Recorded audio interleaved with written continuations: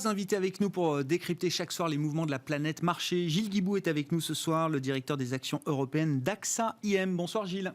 Bonsoir Grégoire. Bienvenue à vous, bienvenue à David Calfon également. Bonsoir David. Bonsoir Grégoire. Vous êtes le président de Sanso IS et Frédéric Rosier qui est avec nous également. Bonsoir Frédéric. Bonsoir. Merci d'être là. Vous êtes co-responsable de la gestion de portefeuille de Mirabeau et compagnie. Je voulais qu'on mette ces quelques deals à la une et notamment le deal emblématique du jour qui concerne votre industrie, l'industrie de la gestion. Il y a plein d'angles d'attaque possibles pour s'intéresser au sujet Amundi Lyxor. Amundi qui est donc en négociation exclusive avec Société Générale pour racheter sa filiale de gestion d'actifs spécialisée dans les ETF, la gestion passive comme on l'appelle, pour 825 millions d'euros. Vous avez beaucoup de choses à nous dire à ce sujet, David. En tout cas, c'est un sujet qui vous intéresse beaucoup. C'est ce que vous me disiez avant le début de l'émission. Qu'est-ce qui vous intéresse particulièrement dans ce deal ? Quand on a affaire au leader de notre industrie, voilà, on ne peut pas ne pas être... ne pas s'intéresser à ce qui se passe. C'est quand même un deal qui est emblématique, un acteur qui est emblématique, c'est quand même Amundi qui est dans le top 10 mondial de l'asset management, de la gestion d'actifs. Seul européen à l'être. Le seul européen, exactement. Et d'ailleurs, à ce titre-là, on peut quand même se féliciter d'une chose dans ce deal, c'est que Lyxor resterait français. C'est déjà pas mal, parce que Lyxor était également un nom qui était bien reconnu, une marque bien installée, donc quelque part un petit peu de chauvinisme, mais c'est quand même bien de voir notre champion mondial de l'industrie se consolider, etc. Voilà. Donc ça c'est vraiment le premier point qui est bien. Après, comme vous le disiez, c'est un rapprochement qui est assez naturel. Deux acteurs qui ont déjà eu l'habitude de travailler ensemble, puisque Amundi, ce n'est autre que le résultat de la fusion entre Crédit Agricole Asset Management et Société Générale Asset Management. Là aussi, des choses très naturelles. On reste quand même assez en famille. Alors après, les ETF, ça, c'est quand même un point qui est quand même clé, puisque Lyxor, c'est 124 milliards d'euros d'encours. Et sur ces 124 milliards d'euros d'encours, il y a 77 milliards d'euros d'encours en ETF. Ouais. Et c'est à peu près 7,5% de part de marché du marché des ETF. Donc c'est en Europe. Donc c'est un acteur majeur. Il y a aussi une plateforme de gestion alternative qui représente à peu près 47 milliards d'euros d'encours pour Lyxor et qui est également de très bonne réputation et qui est quelque chose d'intéressant. Alors pour Amundi, Amundi a déjà fait un pas dans le marché des ETF et c'est pas tout à fait étonnant parce que j'ai envie de dire quand on est un acteur qui se veut industriel, l'ETF c'est la magie. Il n'y a jamais de surprise. Vous éliminez le risque commercial. Vous n'avez jamais un gérant star qui vous quitte. Vous n'avez jamais un gérant star qui vous demande une superbe augmentation parce qu'il a une performance merveilleuse. Voilà. Donc, vous voyez, tout ça, tout ce risque s'élimine. Et quand on pense que le premier débouché de l'Amundi, il ne faut pas oublier, c'est quand même la base, c'est le réseau. Crédit Agricole, une banque de réseau. Quand on a une banque de réseau avec des investisseurs retail, quelle sécurité, quelle tranquillité de pouvoir se dire que ce qui est distribué dans le réseau, finalement, on n'a jamais de surprise. C'est toujours la performance du marché. Quand on regarde, David, alors je n'ai pas la liste en tête du top 10 des asset managers mondiaux, mais je sais qu'on y trouve BlackRock, forcément, Vanguard, on doit trouver State Street également pas très loin, Amundi. Déjà, rien que ces quatre-là, ce sont les plus grands fournisseurs d'ETF au monde. Est-ce que ça veut dire qu'il n'y a plus de place pour la gestion active dans le futur de votre industrie ? Alors, au contraire, je pense que justement, ça laisse de la place. On va laisser tous plus ces acteurs se concentrer. Plus il y a de place pour la gestion active. Plus l'ETF devient mainstream, effectivement, plus on peut se différencier avec de la gestion active.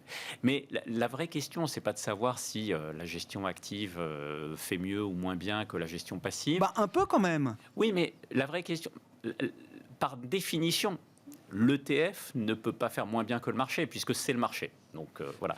Après, il faut juste s'interroger sur la philosophie qu'il y a derrière la gestion passive. La gestion passive, on achète des indices. Le plus souvent, ce sont des indices qui sont pondérés par les capitalisations boursières.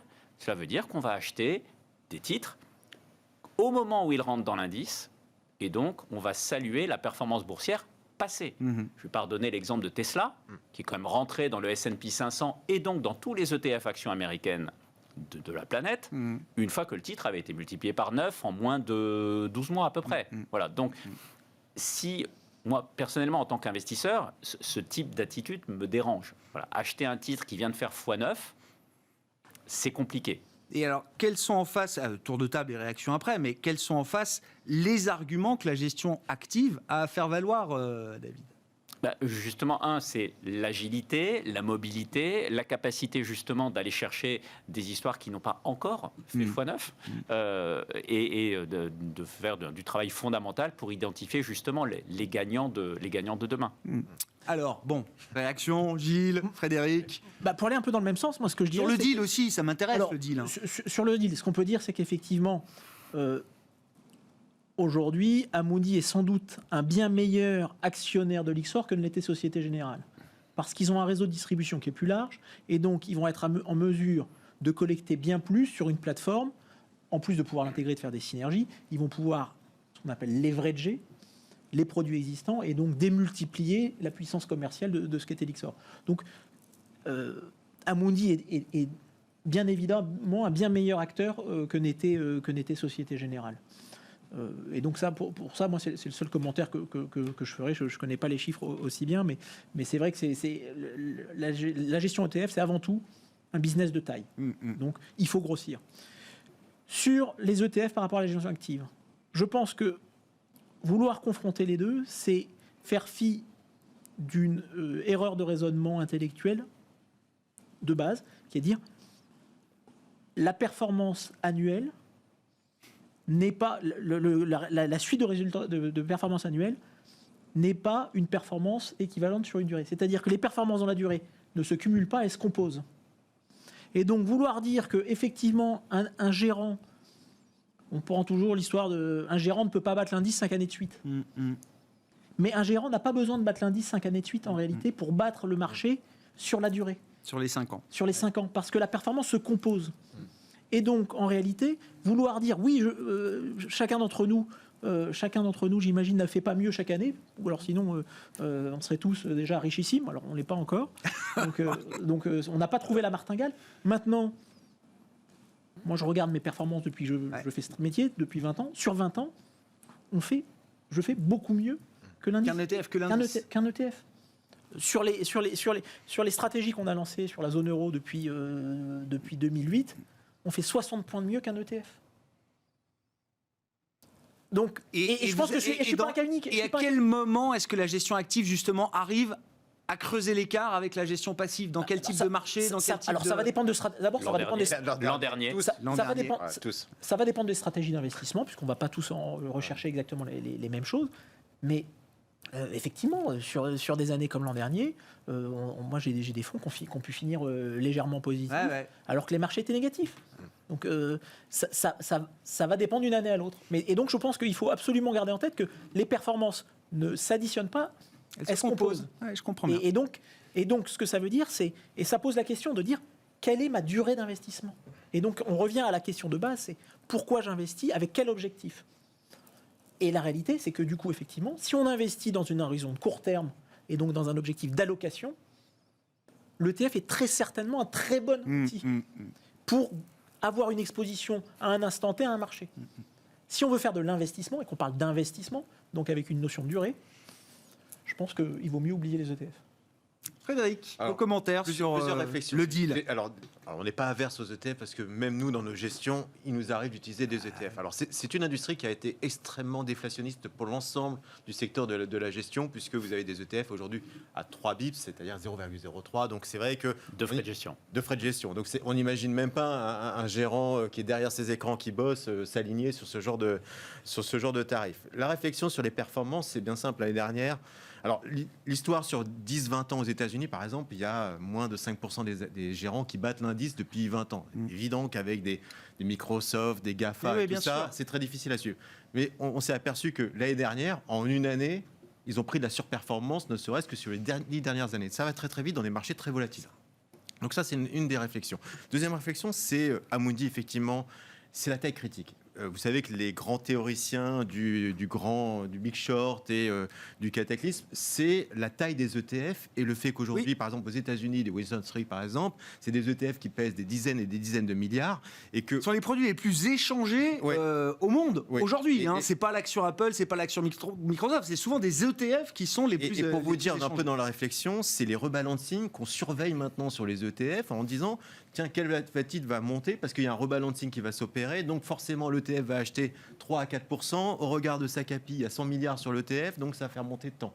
Voilà la réflexion. Donc la question, c'est à un moment donné, on risque d'avoir des gros problèmes lorsqu'il y aura des sorties d'ETF sur des gros mouvements, par exemple. Parce ça fait 10 ans que j'entends ça, Frédéric. Je sais. Est-ce qu'il y en a déjà eu vraiment des problèmes systémiques liés à cette industrie? Mine de rien, on avance quand même, parce que quand on parle de fusion d'Amundi ou de Lyxor et qu'on a des ETF sur indiciels qui vont à un moment donné fusionner et autres, on va avoir des tailles qui vont être assez conséquentes, et donc le poids de ces ETF et des rebalancings et des ressorties, ça peut être relativement important, parce que les sorties se font à pondération des actions. Regarde de l'indice. Donc attention à ça quand même. Donc nous, sur cette fusion, c'est un regard qui est bienveillant parce qu'effectivement, on le sait, c'est des économies d'échelle. Donc c'est tout à fait naturel qu'on ait une hausse des assets. Je trouve que Lyxor a été hyper innovant, il faut le reconnaître. On a tous profité de Lyxor pour cette expertise, notamment dans l'émergent, pouvoir mettre dans des PEA de l'Asie, de la Chine, de la Russie et des États-Unis, du Nasdaq et autres. Donc c'était une industrie hyper innovante. Maintenant, attention, à mon avis, c'est le risque de taille. Et aujourd'hui, on voit que des marchés qui sont très thématiques quand même. Et nous, dans notre approche sur les ETF, c'est dire on est capable de faire nous-mêmes des ETF. C'est-à-dire qu'on est capable de packager aujourd'hui sur des thématiques, sur un panier des ETF. Ouais. Donc, aujourd'hui, la gestion active, quelque part, s'aligne aussi sur les méthodes des ETF et arrive à encapsuler, sous forme de certificats ou d'ETF, des paniers de valeurs. Oui, parce qu'on parle d'une gestion passive qui est devenue aussi une gestion smart bêta. Oui. Une gestion aussi de plus en plus tournée vers l'ESG ou l'investissement socialement responsable. Il y a encore quelques années, on me disait non, mais ça restera l'apanage des gérants actifs parce que c'est une gestion de conviction. Aujourd'hui, dans l'industrie des ETF, ils vous disent tous nos ETF vont être ESG ou labellisés. Là, quand même. Honnêtement, franchement, là, vous avez de la chance, vous avez des acteurs de l'ESG ici présents. Donc, pour l'instant, c'est des approches, honnêtement, qui sont light, qui ont commencé par l'exclusion. Donc, on ne va pas dire que de l'ESG par exclusion en disant on va enlever une boîte parce qu'elle fait du tabac. C'est de l'ESG pur. Le vrai travail de l'ESG, j'étais encore avec une société hier, c'est un travail qui demande énormément d'énergie, énormément de moyens, et on ne peut pas se cantonner à faire de l'ESG par l'exclusion. Alors c'est vrai qu'il y a une réaction, on voit par exemple des HR et autres travailler un peu sur cette thématique-là, mais avant qu'ils arrivent, alors après ça va vite, mais qu'ils arrivent à un niveau d'expertise qu'on a pu développer, notamment en France, avec des sociétés de gestion comme les nôtres, dans l'ESG, je pense qu'il y a un peu de boulot, honnêtement. Oui. Et l'ESG, c'est effectivement quelque chose qui demande un engagement important dans le dialogue avec les entreprises. Pour effectivement rentrer dans le détail, de savoir pourquoi ou comment les décisions vont être prises, comment les capitaux vont être alloués. Donc c'est un dialogue au quotidien avec les entreprises. Et ce n'est pas quelque chose juste qui est fait sur une base quantitative ou sur une base de recherche de mots-clés dans un rapport annuel. Parce qu'aujourd'hui, l'approche quantitative... Je ne sais pas, Amundi, ils ont quand même la possibilité d'avoir un dialogue avec les entreprises aujourd'hui. Alors, peut-être pas sur la partie ESG, mais oui. Sur la partie ETF, la question, c'est qu'en fait, la question ne se pose pas. Ou alors, c'est quelque chose qui se fait en amont de l'ETF. Mais une fois que l'ETF est fait, il est constitué. Donc, il n'y a plus de lien qui dure au quotidien. Quoi. Ouais. Et après, juste un point qu'il faut voir sur l'ESG, c'est que c'est une matière qui est vivante. Et donc, effectivement, on peut répliquer, on peut intégrer des notes de manière assez quantitative, assez, je dirais, basique, comme on a pu le faire à une certaine époque, mais de nos jours où on a constamment des nouveaux types de données qui apparaissent, il y aura toujours un écart entre la gestion active où justement on est capable d'intégrer ces données de nouvelle génération. Je prends l'exemple des données carbone. Au début, on était juste sur... OK, on va éliminer les énergies fossiles juste au niveau sectoriel. Et puis après, on s'est posé la question en disant, très bien, et puis le scope 1, le scope 2, le scope 3, le scope 4. Voilà. Et on commence à avoir des données pour intégrer le risque climatique qui ne sont pas, pour le moment, qu'on ne retrouve pas pour le moment dans la gestion passive. Alors peut-être que demain, ça sera intégré dans la gestion passive, mais peut-être qu'à ce moment-là, il y aura d'autres générations de données qui seront là et d'autres manières d'approcher le système toujours plus innovant. Oui, permettez juste pour vous offrir... Je vois que le sujet est... Pour vous offrir une transition en plus. Je parlais typiquement un cas récent, c'est Atos, hier. Donc en gros, vous avez une entreprise aujourd'hui qui est labellisée ESG. Pour le coup, c'est une société que beaucoup de sociétés ESG... Atos, vous dites c'est darling des investisseurs ESG. C'est en tout cas, depuis l'époque Breton, il y a vraiment une politique sociale qui a été mise en place au sein de cette entreprise, parce qu'on est aussi dans la digitalisation. Donc forcément, on décarbone aussi. Et là, vous avez un événement comme hier, qui honnêtement, dans une gestion passive, il n'y a pas de sujet, mais hier, quand on a une information, ou avant-hier, quand on a une information sur d'éventuelles failles au niveau de la comptabilité dans une antenne américaine, c'est une réflexion que le gestionnaire actif va avoir instantanément sur la gouvernance, comment la transparence des données, et c'est ça la réactivité, et ce qui fait la différence encore aujourd'hui entre un gestionnaire actif ESG qui fait un travail au quotidien et des gens qui travaillent encore sous données et qui en plus sont benchmarkés par un indice ESG. On va revenir sur le dossier Atos avec l'idée de Capgemini qui pourrait être un acquéreur pour Atos. C'est ce que proposent en tout cas les analystes d'Exane BNP Paribas. Juste un mot encore du deal. Est-ce que alors, la cession de Lyxor par Société Générale était déjà flaguée, annoncée, prévue? Est-ce que ça nous dit quelque chose de la stratégie de Société Générale pour l'avenir? On comprend celle d'Amundi. Je pense pas si. Je sais pas. Alors la stratégie, je pense qu'on est en train de solder un peu les années un peu délicates de Société Générale. Ouais. Donc on voit qu'il y a une meilleure fortune depuis quelques temps. Donc je pense que c'est effectivement une volonté peut-être de repartir. C'est pas une erreur stratégique de Société Générale de céder une marque qui est une belle marque. Non, je pense que c'est la volonté aussi de passer à autre chose et de reformater le groupe. Après les échecs de 10 ans d'échecs quand même sur Société Générale, il faut le reconnaître. Et là, c'est vraiment la transition qui s'accélère avec honnêtement des résultats financiers qui s'améliorent. Et il faut reconnaître, c'est aussi la reconnaissance que c'est sans doute pas le meilleur actionnaire de ouais, c'est ce que vous disiez. Et donc, aujourd'hui... Pas le plus à même de faire fructifier cette marque Lyxor. Et comment ça se traduit? Ça se traduit par un prix de cession qui était bien au-delà de toutes les anticipations qu'on pouvait avoir. Parce qu'effectivement, Amundi est bien plus à même de créer de la valeur avec Lyxor. Donc finalement, c'était dire, on a un actif qui est sans doute pas mal, mais dont on ne peut pas tirer le plein potentiel. Et finalement, effectivement, on n'est pas au mieux. Finalement, autant vendre cet actif qui finalement, chez nous, n'est pas au meilleur endroit. Un mot encore là-dessus, David, je ne sais pas, il va y avoir beaucoup de doublons entre les ETF de Lyxor, Société Générale et ceux d'Amundi. Est-ce que le fait que Amundi rachète un des acteurs importants en France et en Europe, est-ce que ça fait baisser l'intensité concurrentielle? La promesse des ETF, vous l'avez tous dit, c'est des frais de gestion quasiment nuls par rapport aux frais de la gestion active. Est-ce que ça peut, je sais pas, est-ce que ça peut amener un peu de réinflation, de reflation dans ce monde de l'industrie de la gestion passive? Alors non. Ça j'y crois pas du tout. Je n'y crois absolument pas. Faut pas oublier que on a certains gérants internationaux qui ont des ETF à 0 de frais de gestion. Donc non, il n'y a pas d'inflation possible dans la gestion d'actifs sur le pricing des ETF, sur les frais de gestion. Voilà. Mais en revanche, effectivement, ça permet de rester dans la course en faisant augmenter la taille des actifs. Et en tous les cas, c'est pas en fusionnant des équipes de gestion d'ETF qu'on va créer beaucoup de casse sociale, parce qu'il n'y a pas beaucoup de besoin de gérants pour gérer des ETF. Voilà. C'est l'intérêt des ETF, vous direz Yves Perrier, mais il était venu le dire sur ce plateau, toujours directeur général d'Amundi. En passation de pouvoir, voilà, il n'y a pas de problème de gérant avec les ETF, effectivement. Le dossier Atos, alors ce qui m'intéresse dans le dossier Atos, oui, c'est vrai que le groupe a fait l'actualité là récemment avec, vous le rappeliez, peut-être des faiblesses à nouveau dans la comptabilité de certaines entités. Non, l'actu du jour, c'est cette note d'Exane BNP Paribas qui propose, pourquoi pas, que Atos soit une cible intéressante pour un Capgemini. Et c'est vrai que, je le disais en introduction, les deux groupes sont aux antipodes, notamment en matière de valorisation boursière. On a un groupe qui pèse 25 milliards, Capgemini, et l'autre qui pèse 6 milliards. En termes de multiples de valorisation. Et en termes de multiples de valorisation. Simple double. D'un côté, on a Capgemini avec de la croissance, une pérennité dans la croissance. Atos, les bonnes années, à 2%, on saute au plafond. Donc c'est une société qui a du mal, qui est toujours en restructuration, qui a du mal à générer de la croissance, qui est sur des métiers historiques qui sont un peu plus dans le dur, c'est ce qu'on appelle les infrastructures. Et on l'a vu, par exemple, dans les communications récentes d'Atos, c'était une volonté de faire quelques petites acquisitions, de se développer. Il y a eu une très mauvaise communication sur une acquisition aux États-Unis, DXC, qui faisait de l'infrastructure, la même taille que Atos. C'était 10 milliards, c'est 10 ça, milliards, 10 milliards. Société qui était en décroissance depuis 2-3 ans. Ouais.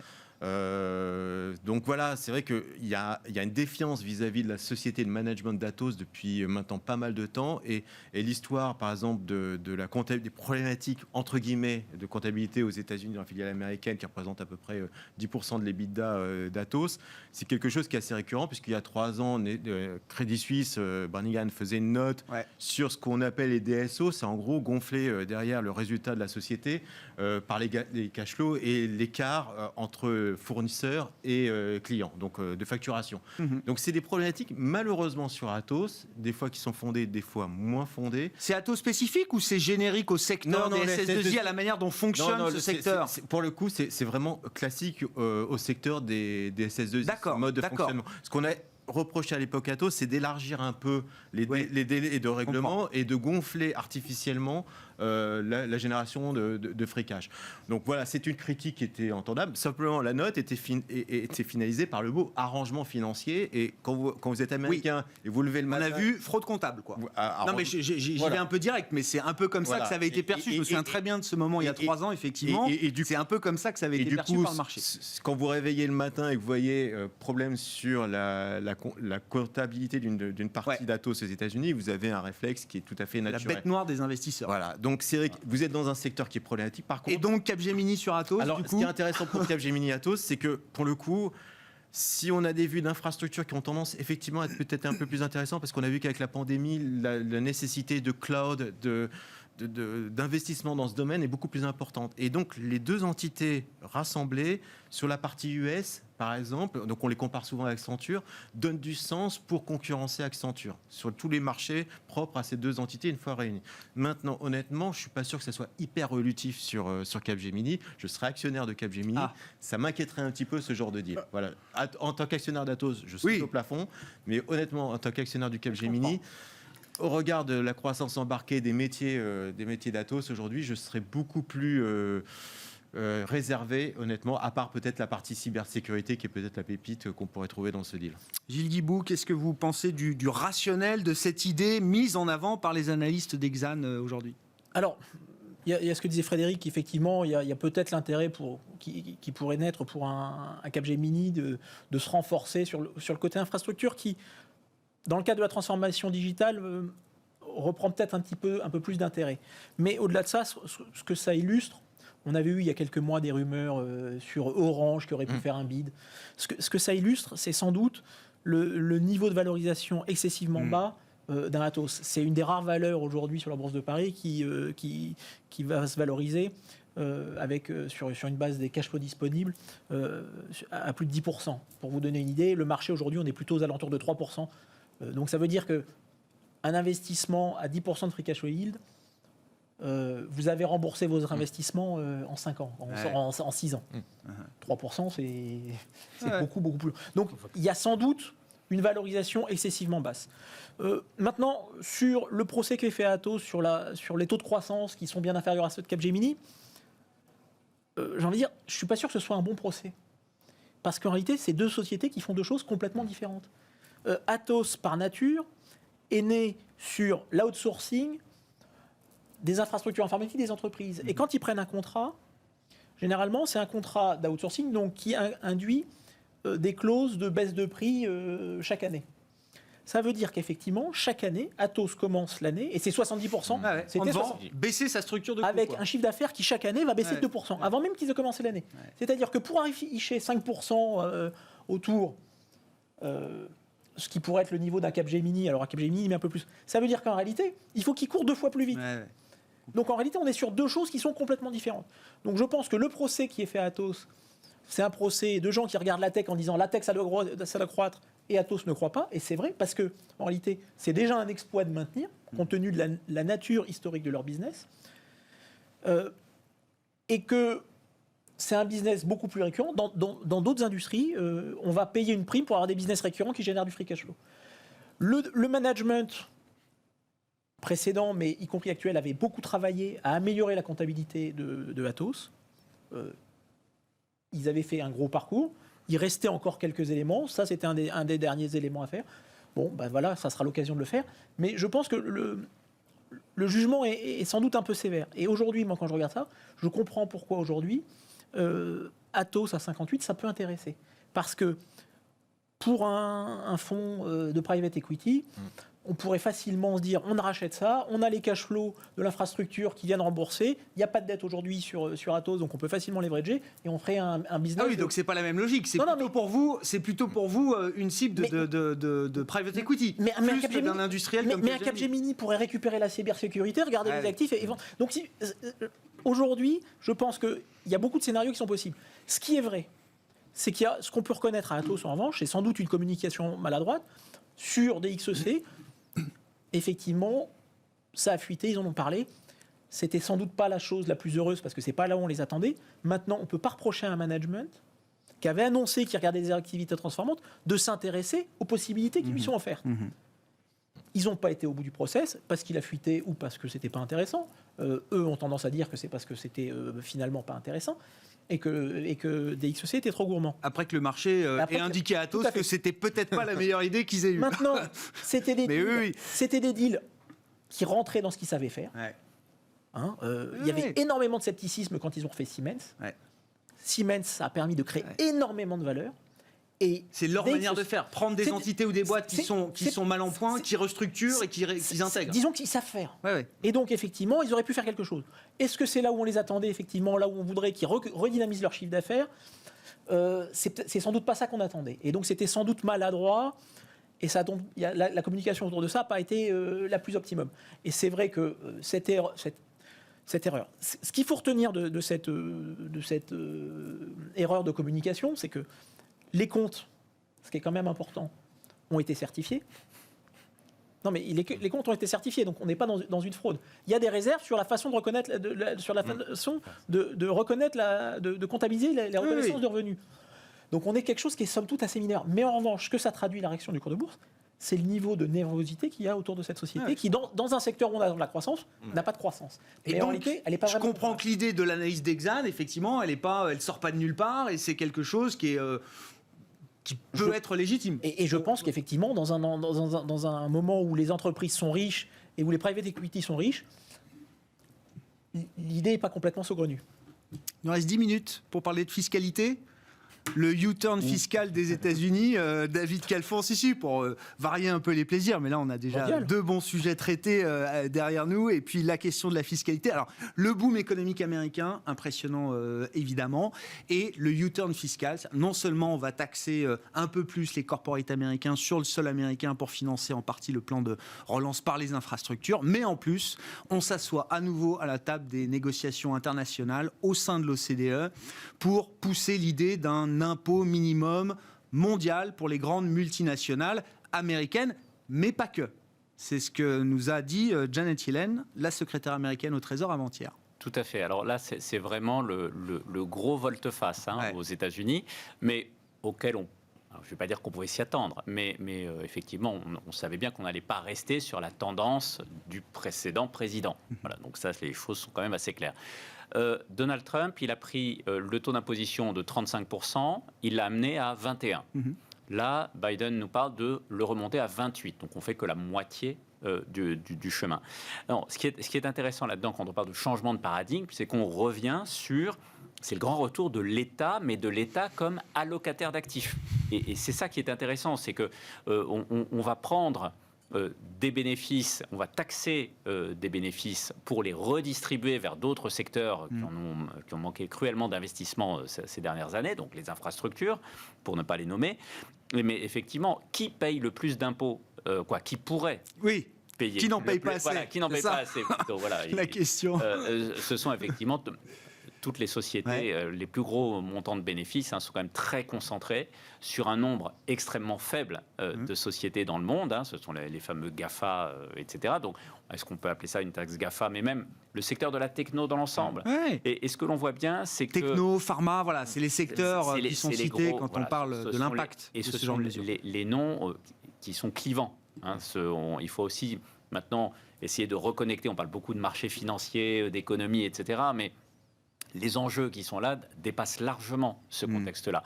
On est dans un contexte où il y a quand même des enjeux sur la démocratie. On l'a vu aux États-Unis avec l'événement du Capitole. Donc l'idée de dire non mais c'est normal, il y a des gens qui deviennent milliardaires et qui ont des dizaines de milliards, etc. Aujourd'hui, c'est Jeff Bezos qui a applaudi en disant oui, taxons davantage, etc. Alors effectivement, il ne paye pas beaucoup d'impôts. Mais Oui, mais venant d'une boîte qui déjà paye pas toutes les taxes qu'elle pourrait ou qu'elle devrait payer, Exactement. pourrait payer, qu'elle parce pourrait qu'évidemment, payer. Voilà. il n'y a pas de, Mais effectivement, d'illégalité là-dedans. Mais je pense que, voilà, de même que les plus riches sentent bien que les écarts et les inégalités sont poussés à un niveau qui est tel que s'il n'y a pas un minimum de redistribution, ils ne vont pas pouvoir en profiter très sereinement de leur fortune. Parce que Oui, c'est très vrai aux États-Unis, ce que vous dites là. Tout à C'est fait, ça. tout à fait. Aux États-Unis, on peut regarder chez nous un petit peu. Alors, ça a eu une échelle beaucoup plus faible, hein, mais voilà, on a quand même eu des gilets jaunes qui sont apparus et ils ne sont pas apparus juste parce que tout allait bien. Ouais. Voilà. Donc, effectivement, il y a une redistribution, mais ce qui est intéressant surtout, c'est que cette redistribution, elle se fait pour préparer l'avenir. Et donc, elle se fait de manière très intelligente aux États-Unis, puisque ces investissements dans l'infrastructure, c'est investir dans la productivité, c'est remonter la croissance potentielle du pays pour les 10-15 prochaines années. Si on regarde, si on traduit ça en termes d'investissement, enfin l'enseignement pour l'investisseur, quand on garde justement cette vision longue, là, cette longue vue, David, qu'est-ce qu'il faut en retenir justement quand on est investisseur? Bien, il y a quelques filières, hein, quoi. Il faut regarder où va être dépensé l'argent en tant qu'investisseur. Mais ça veut dire si la tech, par exemple, est celle qui va être le plus impactée par la hausse des sociétés, peut-être qu'il faut être moins investi, mais durablement, vous dites, sur la tech? Non, c'est pas forcément durablement, parce que ça va rester des sociétés d'innovation qui savent générer des cash flows, qui ont des business models qui sont bien installés. La tech d'aujourd'hui, c'est pas la tech du boom des années 2000, hein, donc, où il y avait que des business plans. Là, on a vraiment de l'argent qui rentre dans les caisses, donc c'est quand même important. Non, mais ce qu'il faut voir, c'est effectivement ne peut-être pas avoir que ça dans les portefeuilles. Ne pas oublier qu'il y a d'autres filières qui sont intéressantes. Je m'attarderai juste une minute, si je peux, sur la filière de la mobilité électrique, qui, aux États-Unis, Biden fait ça de manière remarquable. Il prend la chaîne de A à Z.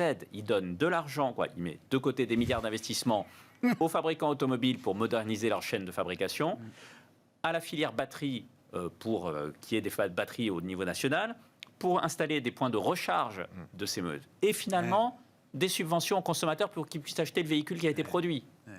Moi, je rajouterais les semi-conducteurs aussi. Et les semi-conducteurs. Et l'infrastructure. Et l'infrastructure. Et les routes pour rouler dessus. Voilà, exactement. Bon, l'idée que c'est la fin de la grande compétition fiscale mondiale à outrance telle qu'on l'a connue. C'est de savoir depuis l'impact longtemps. aussi sur les IPS quand même, parce qu'il y a un impact, Les bénéfices par action. bénéfices par action, parce qu'il y a un impact, puisque effectivement, on estime aujourd'hui que. Alors vous parlez de quelle remontée de quelle taxe C'est-à-dire que si vous avez un taux taxe du plan d'infrastructure. Non, l'imposition. Si le taux d'imposition passe de 21 à 28. D'accord, c'est ça, d'accord. L'impact sur les bénéfices des entreprises, c'est techno, c'est aux alentours de 10%, entre 9 et 10%. Donc, effectivement, là, on peut se poser la question de savoir, effectivement...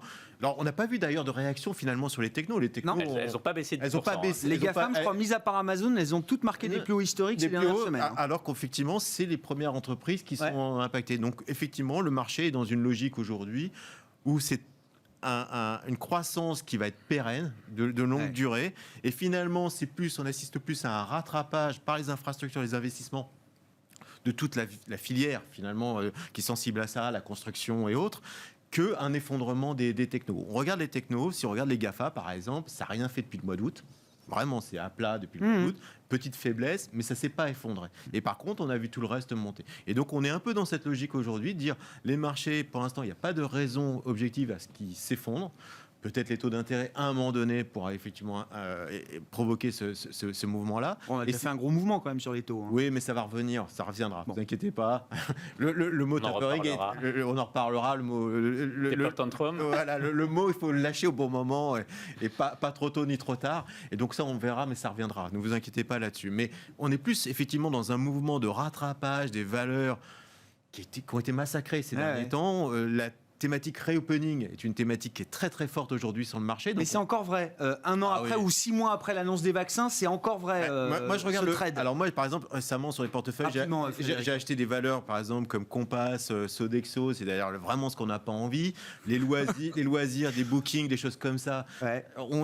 Voilà, sur l'aérien, oui, effectivement, on a encore une décote sur ces valeurs-là. Et ça, vous gardez ça?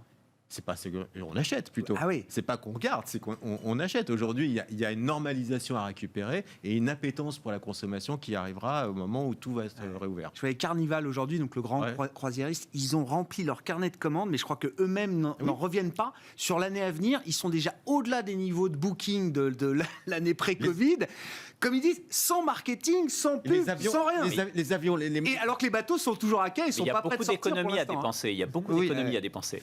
Gilles, pour conclure, revenons sur la question de la fiscalité mondiale quand même. C'était le point de départ de la discussion. Mondiale, je crois que l'Europe va pouvoir faire un grand merci à Biden, parce qu'effectivement, il y a une hausse des taux d'impôt, alors qui va impacter sans doute les GAFAM en priorité. Donc là, on parle de l'impôt minimum mondial, voilà. C'est ça. Mais en réalité, l'impôt minimum mondial, ça va surtout venir régler un point de dissension majeur au sein de l'intégration européenne. Ouais. Puisque aujourd'hui, dans l'intégration européenne, un des points de dissension, c'est le taux d'impôt à 12% en Irlande, qui, si on a un impôt minimum à 21%, n'a plus lieu d'être. Bon, enfin, il va falloir le fixer à 21%. Oui. Non, mais il va falloir le fixer. Oui, mais d'accord, je comprends. Mais ça peut tuer les paradis fiscaux qui restent, quoi, si je comprends bien. Au sein même de l'Europe. Et donc, quelque part, ils vont nous aider à construire cette Europe dont on a tant besoin. Moi, je suis un éternel optimiste de la création européenne. Sans ça, on est quand même très mal. Donc, j'espère qu'il y aura une marche en avant et que c'est fait un élément de plus qui va nous permettre d'aller dans cette direction. Bon, on s'arrêtera sur cette note d'optimisme vis-à-vis de l'Europe pour ce soir. Merci à vous trois, messieurs. Merci d'avoir été les invités de Planète Marché. Gilles Guibou, le directeur des actions européennes d'AXA IM, David Calfon, le président de Sanso IS, et Frédéric Rosier, co-responsable de la gestion de portefeuille de Mirabeau et compagnie, étaient nos invités ce soir.